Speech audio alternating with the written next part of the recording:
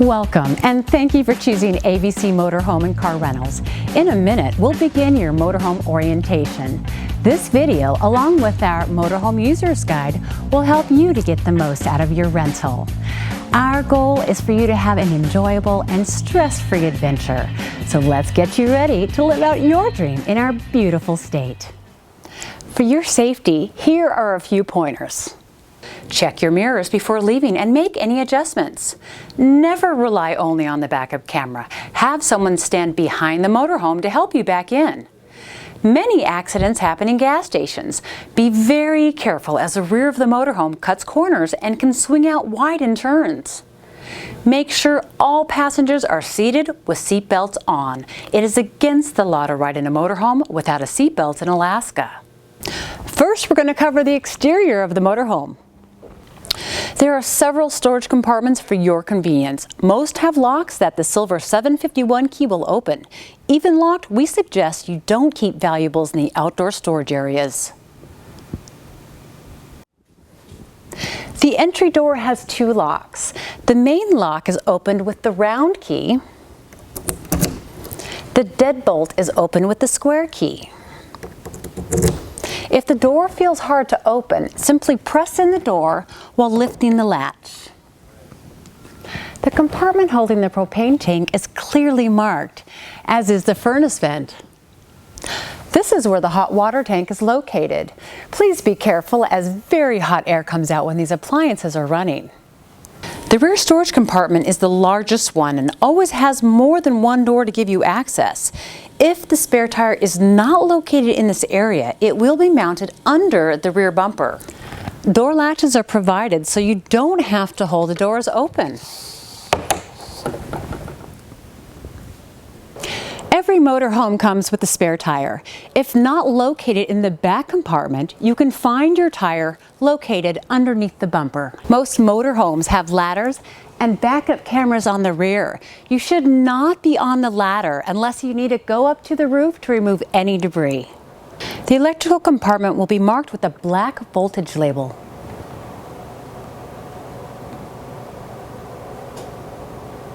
The sewage outlet connection will either be on a marked compartment or located underneath the motorhome. The fuel tank is always on the driver's side and is clearly marked. Use only unleaded gasoline. If you are filling up for the last time, be sure to check the fuel gauge on the dash. Oftentimes, the automatic pump shut off before the tank is full. The needle must be over the full mark when you return the motorhome to avoid additional charges. Now that we've covered the outside, it's time to learn how to operate your motorhome. The motorhome has 4 basic units: electrical, water, sewage, and propane. Each of these will be covered separately. For the electrical system, there are 2 different types of voltage: 12 volt, which is controlled by the coach batteries, and 110 volt, which can only be supplied by being plugged into an external source or by running the generator. The entire coach electrical system may be shut off by turning the main switch to the off position just inside the entryway. For your convenience, there are 2 light switches right inside the entry door. One controls the outside entry light and the other controls the living room light. There is also a switch for the electrical awning. This switch has been disabled and is not able to be used. The 12-volt coach batteries are located under the entry steps. On the monitor panel, there is a battery charge indicator, so you may check at any time the strength of your batteries. Be sure that the engine and generator are not running when you're performing this check. If only 1 or 2 lights come on, you should charge up the batteries soon. When they get down to 1 light, your LP detector alarm will come on to warn you the system is about to quit working due to low voltage. If this happens, immediately start your engine to recharge the batteries for 15 to 20 minutes. The items that run off the batteries include the furnace, water pump, lights, and LP gas detector. The refrigerator can run off electricity or propane. We'll cover that later. If the nights are cold and you expect to have the furnace operate, you should have a full charge to make sure the furnace will give you maximum running time. The items running off 110 volts include air conditioning, microwave, wall outlets, and television. Remember that you must either run the generator or be plugged in for these items to work. When you have a 110 volt current in the motorhome, the panel on the microwave will have the lights on. When you pick up your motorhome, it will already have a full water tank. The system is not pressurized, so to use water, you need to go to the control panel and turn on the water pump switch. Once parked, if you desire to have hot water, then go to the control panel and turn on the switch that says water heater. A red or blue light will come on. It takes approximately 20 minutes for the water to get hot. The water heater tank is only 6 gallons, so you need to use the hot water sparingly. When left on, the heater uses propane to keep the water hot. We recommend leaving the heater off if you're not going to need hot water for several hours. The freshwater holding tank holds approximately 50 gallons of water. The sink, shower, and toilet all use fresh water, so be sure to watch your control panel to make sure you will not run out of water. To add water to the freshwater holding tank, find the black or white cap on the outside of the motorhome, remove the cap, stick a water hose in the fill neck a few inches, and run the water until you see it spill out of the neck or underneath the motorhome. Shut the water off just as soon as it is full to prevent damaging the tank. Replace the cap after removing the hose. If you see water flow out while you're driving, don't be alarmed. It's perfectly normal. Your motorhome is self-contained and has 2 separate sewage holding tanks. All the sinks and shower empty into what's called the gray tank. The toilets empty into what's called the black tank. Again, the control panel will show you the levels of sewage in each tank, so you will know when to empty them. It is not uncommon for the black tank to get a piece of tissue paper stuck to a sensor and give a false reading. If you are worried about that, you can open the toilet valve and look directly down into the black tank. One word of caution here. Please only flush human waste and toilet paper down the toilet. Paper towels, food, and feminine products will clog up the system. When it comes time to dump the sewage, you will need to find a dump station. Many campgrounds and gas stations in Alaska have these for your convenience. The dump valves are always near the rear of the motorhome on the driver's side. First thing is to put on protective gloves. Find the dump hose, which will either be in the sewage compartment or inside the rear bumper. Your motorhome will have 2 marked valves. Make sure they are both in the closed position, which is all the way in towards the pipe. Remove the central cap cover by turning it a quarter turn to the left. It is normal for a small amount of sewage to spill out. Place the sewer hose onto the same fitting and turn it to the right until it locks into place. Place the opposite end of the hose into the dump station hole. Depending on how close you can get to the dump station, you may have to have somebody hold that end down. Make sure the hose will have a free flow and not kinked. Now that everything is set, pull open the black tank valve first. If unsure which valve is the black one, it is always attached to the larger pipe. You should hear sewage running through the hose. Once it stops, then shut the black valve and open the gray valve. Again, you will hear the flow. When done, close the gray valve. Hey, and don't worry, dumping your sewage is an easy process. Just remember, black tank first, gray tank second. When finished, remove the sewage hose from the motorhome by turning it counterclockwise. Holding up the end, walk the hose back to the dump station to make sure everything is out of the hose. Replace the cap cover and return the hose to the proper storage area. Under the bathroom sink, there should be some blue or green deodorant packets. Place one in the toilet bowl and flush it down into the black tank. This helps keep the tank clean and smelling nice. It's also a good time to check the control panel levels to make sure you don't get a false reading. Liquid propane gas, or LPG, is the most versatile system in your motorhome. The propane on board will heat the cabin, heat your water, operate your stove, and even power the refrigerator. Like the batteries, the propane levels in the tank can be checked on the control panel. Because propane is heavier than air, the propane alarm is installed near the floor. In the event of a leak, the alarm will sound, and if there is propane in the cabin, you should be able to smell it. Remember, a low battery charge will also cause the alarm to go off, so don't panic and refer to your user guide. When you need to fill the propane, please follow these instructions. First, turn off the water heater, furnace, refrigerator, and stove. Then be sure to shut off the flow valve on the tank by turning it clockwise until you cannot turn it anymore. Remember, in Alaska, a certified station attendant must fill the propane for you. You cannot fill the tank yourself. You will also notice that the propane has its own gauge right on the tank. This is the gauge we will look at when you return the motorhome, not the control panel. The gauge on the tank is much more accurate. Propane tanks should only be filled to 80% of capacity.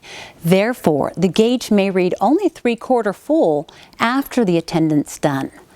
That is considered full, and you will not be charged any additional amount as long as the outside gauge reads anywhere from 3/4 to full. Remember to turn back on the refrigerator and any other appliances that you need after the attendant is finished.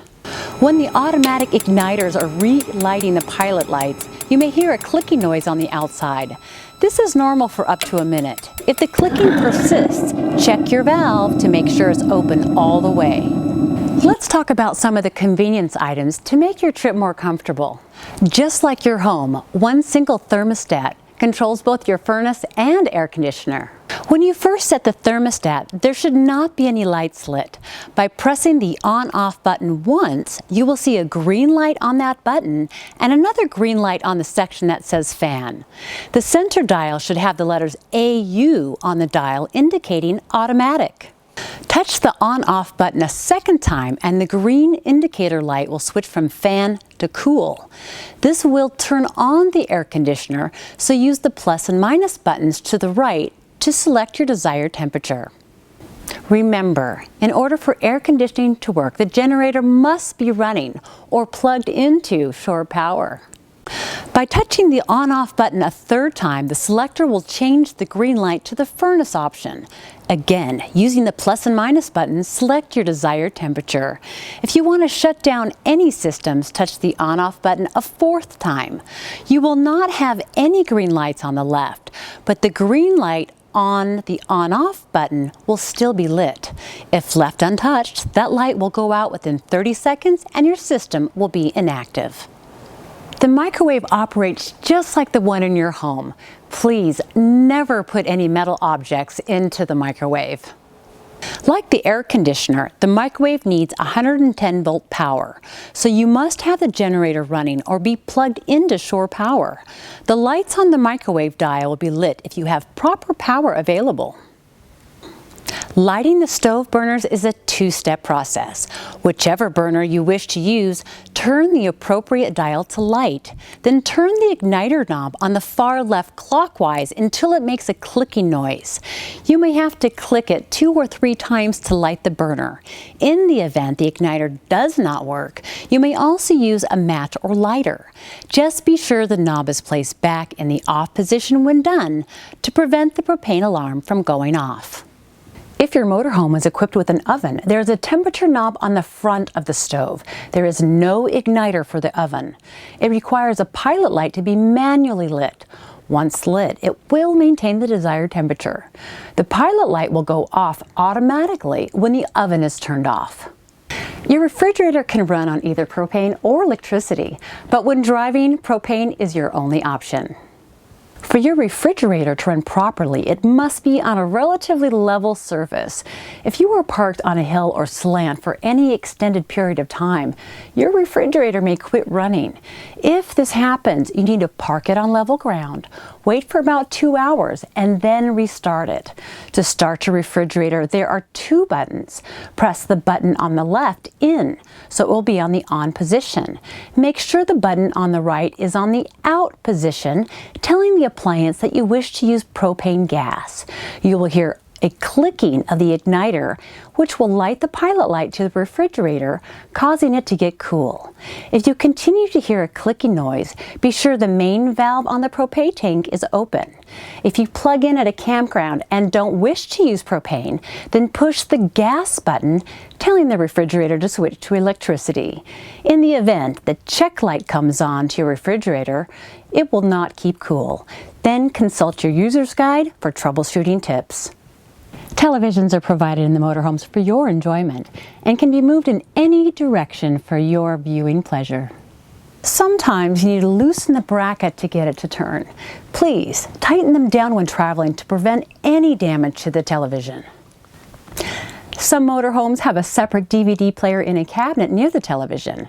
If your motorhome does not have one, then the DVD plays in the dashboard radio.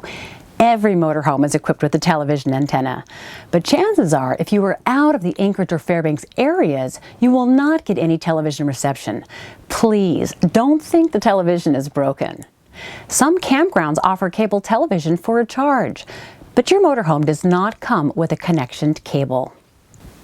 For added space, your motorhome has a slide out, which sounds like this when opening and closing.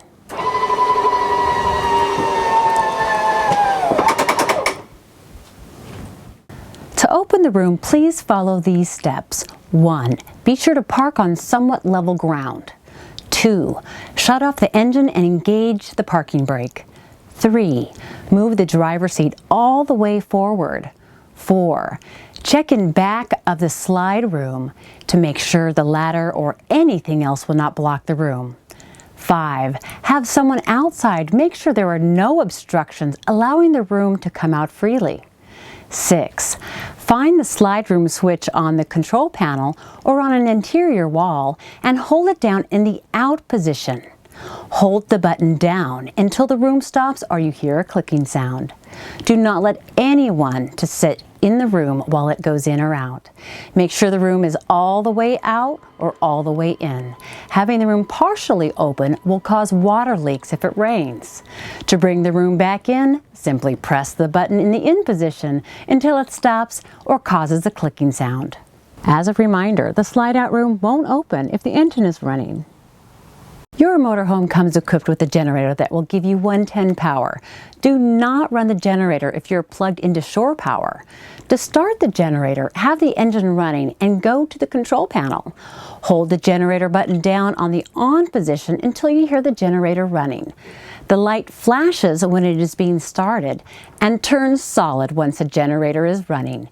If your battery level is down to 1 light, you need to run the engine for 10 minutes before starting the generator. And please never drive the motorhome with the generator running. In the event the control panel fails to start the generator, there is an emergency start on the generator. Open the outside compartment door, turn the 2 black levers on the access panel quarter turn to the right. Remove the access panel. Hold down the start button until the generator starts. If for some reason the generator will not start, make sure your gasoline fuel tank is above a quarter tank full. As a safety measure, your generator will not operate when the gas tank is low. As a last measure, you can check your breaker that is located inside the access panel towards the front. Once a generator is running, it normally takes about 30 to 45 seconds to have full power in the motorhome. And please, don't run the air conditioner and microwave at the same time. This will definitely cause the breaker to trip. Your motorhome has a residential style breaker box, usually located under the bed. Or it can be found in one of the kitchen cabinets. Every motorhome has several vents. Most of them open using a simple hand crank. Just be sure to close them when it's raining. The bathroom has an electric exhaust fan, and it can only be turned on or off if the vent is open. The 110 outlets in your motorhome are on a GFI outlet. This means that they're all tied together. The main outlet is located in the bathroom that does have a reset button. If you are plugged into shore power or have the generator running and the outlets don't work, then press the reset switch. That normally solves the problem. If you are in a Coachman motorhome and are running the generator, make sure the power cord is plugged back into the power box inside the power cabinet. Finally, let's talk about campground setups. Most campsites have water and power. Take advantage of it if you can.